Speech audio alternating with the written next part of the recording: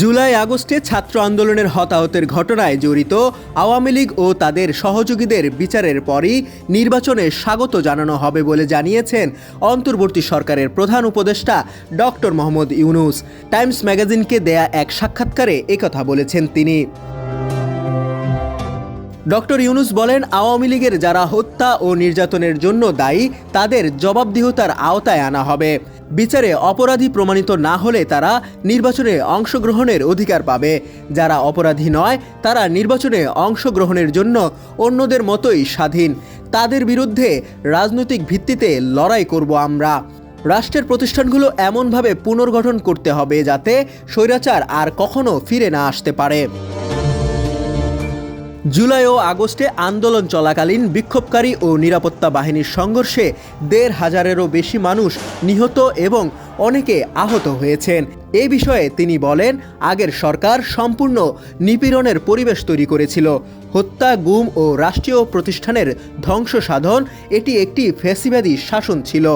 Doctor Yunus দাবি করেন, শেখ হাসিনার ১৫ বছরের শাসন আমলে ৩৫০০ জনকে বিচার বহির্ভূত গুম করা হয়েছে।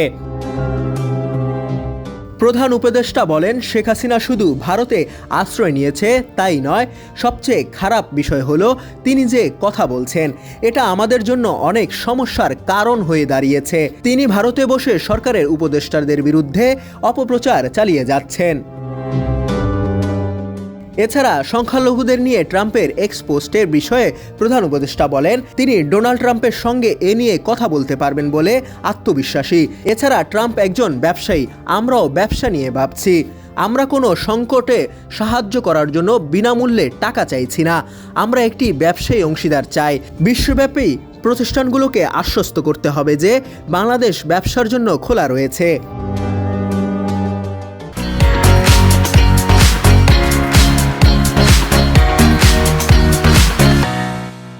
বিদেশে আওয়ামী লীগের $১,০০০ কোটি পাচারের অর্থ উদ্ধার কাজ করবেন বলে টাইমস ম্যাগাজিনকে জানিয়েছেন ডক্টর ইউনূস।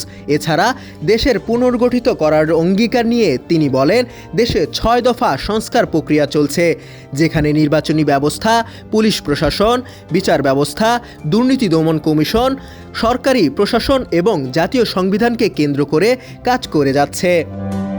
শাহাদাত তনিম, ডেস্ক রিপোর্ট, সমকাল।